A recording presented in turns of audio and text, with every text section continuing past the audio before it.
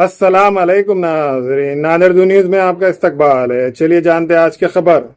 आज बल्दिया उज़्मा में कुल हिंद मजलिस इत्तेहादुल मुस्लिमीन के एडवोकेट मोहम्मद नासिर का ऑप्शन मेंबर के तौर पर नाम का ऐलान होने पर पार्टी के कार्यकर्ताओं और कॉरपोरेटर्स की जानिब से कसरत से गुलपोशी करते हुए उन्हें मुबारकबाद पेश की गई।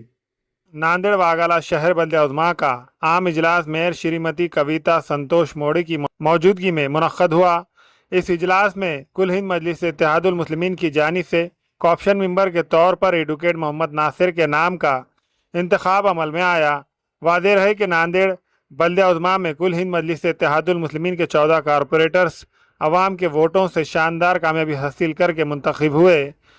पार्टी की जानिब से कौमी सदर बैरिस्टर असदुद्दीन अवैसी ने ट्वीट के जरिए बाज़ाब्ता तौर पर एडवोकेट मोहम्मद नासिर के नाम का ऐलान किया। एडवोकेट मोहम्मद नासिर को कॉप्शन मेंबर मुंतखब होने के बाद कॉरपोरेशन में मजलिस की तादाद 14 से बढ़कर 15 हो गई। बल्दिया उज़्मा में कारकुनान और हामियों ने फूलों के हार पहनाते हुए एडवोकेट मोहम्मद नासिर की कसरत से गुलपोशी करते हुए इन्हें मुबारकबाद पेश की।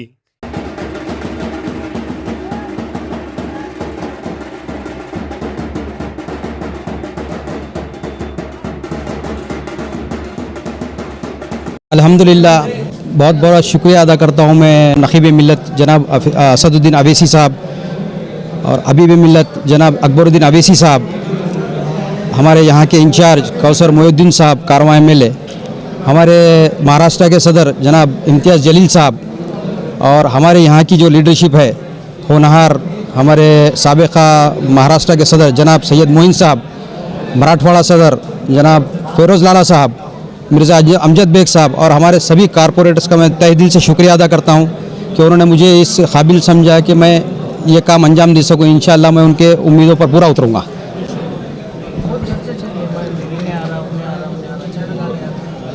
ये पार्टी आला कायदीन का निर्णय था। यहाँ से जो लिस्ट गई थी सैयद मोइन साहब, फ़िरोज़ लाला साहब, इन्होंने जो लिस्ट भेजी थी उसके ऊपर उन्होंने आला कायदीन ने ये निर्णय लिया है। बिस्मिल्लाहिर्रहमानिर्रहीम। अल्हम्दुलिल्लाह, जीबी की ये सेकंड मीटिंग थी जिसके अंदर कई विषयों के ऊपर चर्चा हो रही थी। विषय पत्रिका के अनुसार स्टैंडिंग स्थायी समिति और बाल कल्याण विभाग और उसी के साथ साथ कॉफ मेंबर का हुआ।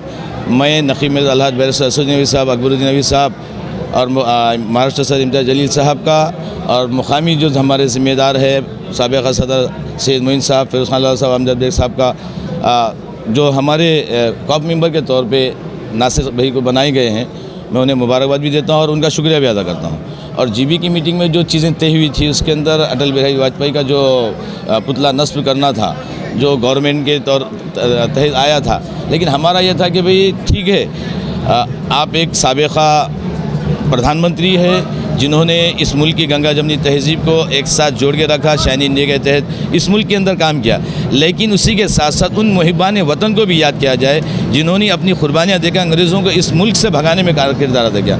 हमने शहीद टीपू सुल्तान रहमतुल्लाह अलैह के ताल्लुक़ से आवाज़ उठाने की कोशिश की, लेकिन जो सोकाल सेकुलर ताकतें थी जो अपने आप को सेकुलर रुबादा पहन के ये कह रही थी कि भाई हम सिर्फ सेकुलर है, तो हमने कहा कि भाई सेकुलर का आलम बरदार सिर्फ आप नहीं बल्कि तमाम वो पार्टियां हैं जो हिंदुस्तान की जमहूरियत पर यकीन रखती हैं। इसलिए मैं महापौर साहब और कमिश्नर साहब से मुतालबा करना चाह रहा हूं कि जंग आज़ादी के अंदर सबसे पहले इस मुल्क से अंग्रेज़ों को भगाने के लिए सबसे बड़ी जो जंग लड़ी, जिसे मिसाइल मैन कहा जाता है, जो सबसे पहले जो मिसाइल का ईजाद की, उससे इस मुल्क की सरजमीन पे यहाँ के रहने वाले बचने वाले उन मासूम बच्चों को भी उस तारीख़ मालूम हो कि हमारे शहीद टीपू सुल्तान रहमतुल्लाह अलैह की क्या कोशिशें थी, क्या काविशें थी, उन्होंने क्या क्या चीज़ें उनके दौरे हुकूमत में दिए।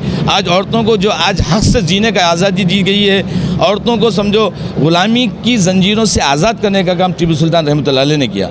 उसी के साथ साथ औरतों को अपने जिस्म का ढकने का जो सिलसिला था, यहाँ रोका जाता था वन व्यवस्था के तहत, उसे बाज़ाब्ता पाबंदी के साथ रोका गया। ऐसी समझो मान्यताएं थी जहाँ पे इंसानों की बलि दी जाती थी, टीपू सुल्तान रहमतुल्लाह अलैह ने यहाँ पे रोकने का काम किया, पाबंदी लगाई।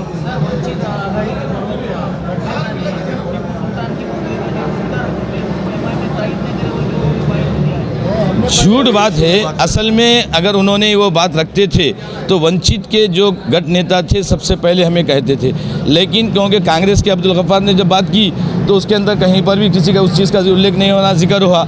लेकिन जब हमारी बात करने की बारी आई तो उन्होंने शोर मचाना शुरू किया ताकि हमारे उन मुद्दों को दबाया जाए। लेकिन हम दबने वाले नहीं हैं। इंशाल्लाह इनका जो चेहरा है हम इनके चेहरे के नकाब उतारेंगे, और जो सेकुलर ताकतें अपने आप को कह रही हैं कांग्रेस के उस सेकुलर लिबादे को हम उतार के बताएंगे कि अंदर से ये चड्डी पहनने वाले आरएसएस के चड्डी धारक है।